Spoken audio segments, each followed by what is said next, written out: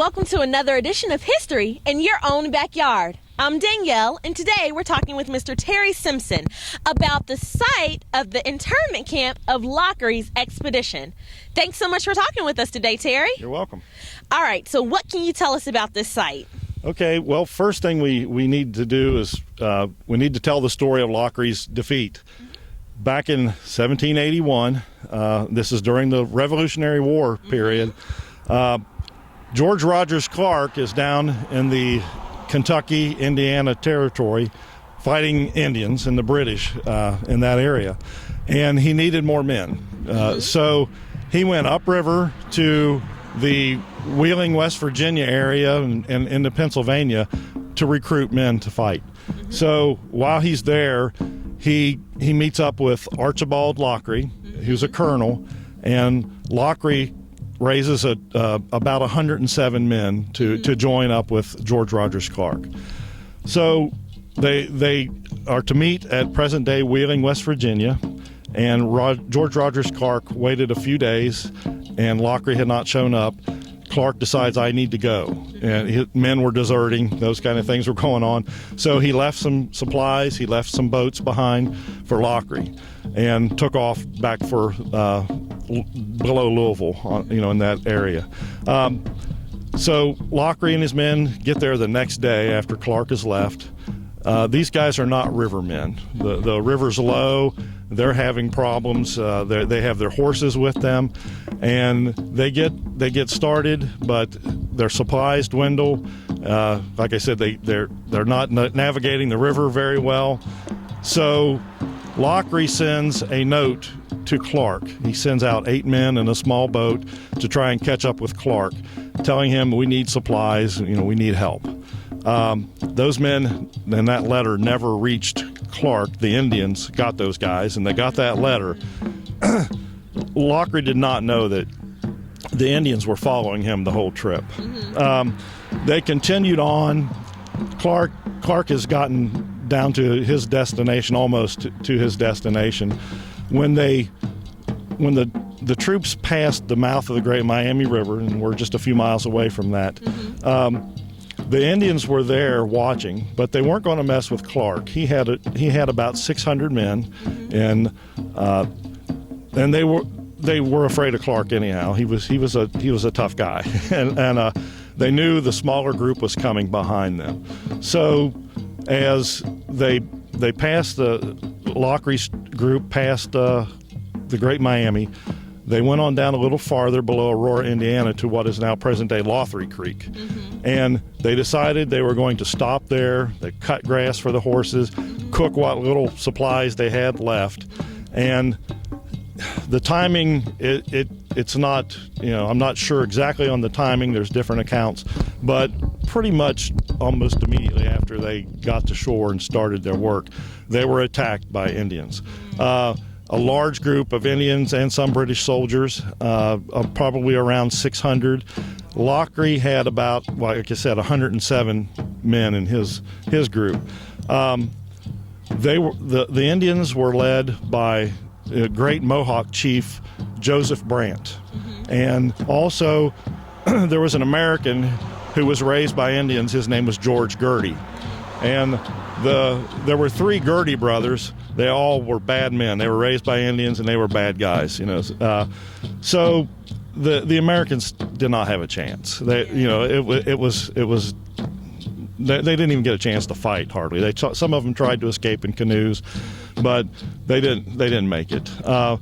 There were 60-some men, Americans, who were killed.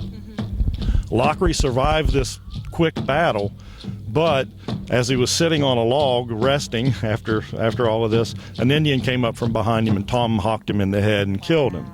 Any of the other Americans who were injured, they also killed them. So the remaining group of about 40 men, they were taken prisoner, and they were marched up about 8 miles to the mouth of the Great Miami, and they camped there overnight. Then the next day, they came up, and this was in August of 1771. They came the rest of the way up to this camp. It was an Indian and British camp. It's about 3 miles from Cleves, and we're about 150 yards from the junction of Jordan Road and East Miami River Road. So here they took the prisoners. Joseph Brant, the great chief, was here. Girty was here. And then the next day, here comes another 400 Indians. Great Indian chiefs come down. British soldiers in their red coats, and so you can imagine what these prisoners are thinking. And they don't know what their fate is. And they also know all these Indians and British are heading to fight George Rogers Clark, and they can't do anything about it. So that group was there for a couple days, and then they headed on down the river. But if it's hard to explain, but if you can imagine maybe 4 or 5 of our great generals being in Miami Township at one time, there was probably never a gathering of such great Indian chiefs in this Southwest Ohio area as there was that day. But the prisoners stayed here for about another month, and then they were taken to Detroit, then on to Montreal. The whole time some would escape. So the only American account of the battle was by an American named Isaac Anderson. And he kept a diary of what happened, and that's how we know the American side of the story. When he escaped, he remembered this area. It was a beautiful area. He wanted to come back. So he did come back to Cincinnati, and then he moved out to what is now Ross, Ohio. And he's buried in the Venice Cemetery out there, and you can find his headstone out there for Isaac Anderson. So it's a story that it's not known by a lot of people, and a lot of people don't know the connection that we have in this area to the Revolutionary War. Yeah. You think about it being fought in the East, but there were also battles out here also that you just don't hear about. So, and that's pretty much the story of the internment camp and its part in our history here. Wow.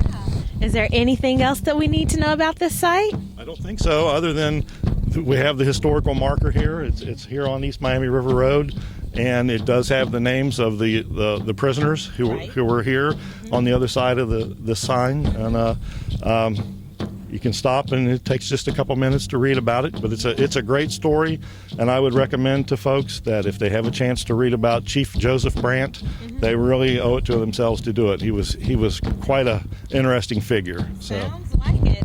Well, thanks so much, Terry, for teaching us all about this site. We certainly appreciate it.